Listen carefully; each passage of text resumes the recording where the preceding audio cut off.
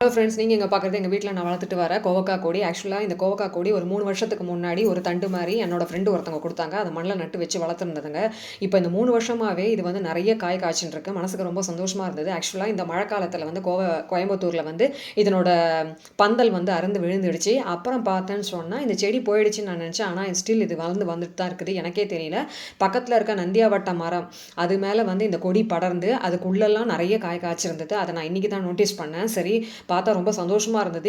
இந்த செடி வந்து செத்து போச்சுன்னு நான் நினச்சேன். ஆனால் இன்னுமே இதுக்கு உயிர் இருக்குது. நிறைய காயெல்லாம் காய்ச்சிருக்குதுங்க. பார்க்கவே ரொம்ப சந்தோஷமாக இருக்குது. சரி, இதுக்கு மேலே விட்டால் இது பழுத்துருன்னு சொல்லிட்டு இந்த காயெல்லாம் நம்ம இன்றைக்கி பறிச்சிடலாம், சமையலுக்கு யூஸ் பண்ணலாம்னு சொல்லி பறிக்க ஆரம்பிச்சாச்சு. இப்போ இங்கே கோயம்புத்தூரில் மழை சீசன் முடிஞ்சு நல்லா வெயில் ஆரம்பிச்சாச்சு.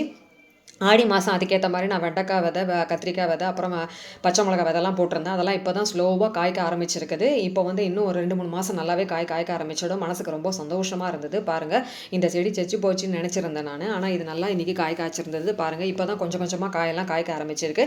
இனிமேல் நிறையவே காய்க்கும். நம்ம பாலாஜி ஹோம் நீட்ஸில் ஒவ்வொரு ஃபெஸ்டிவலுக்கும் நம்ம காம்போ பேக்ஸ் இன்ட்ரடியூஸ் பண்ணிருக்கோம்.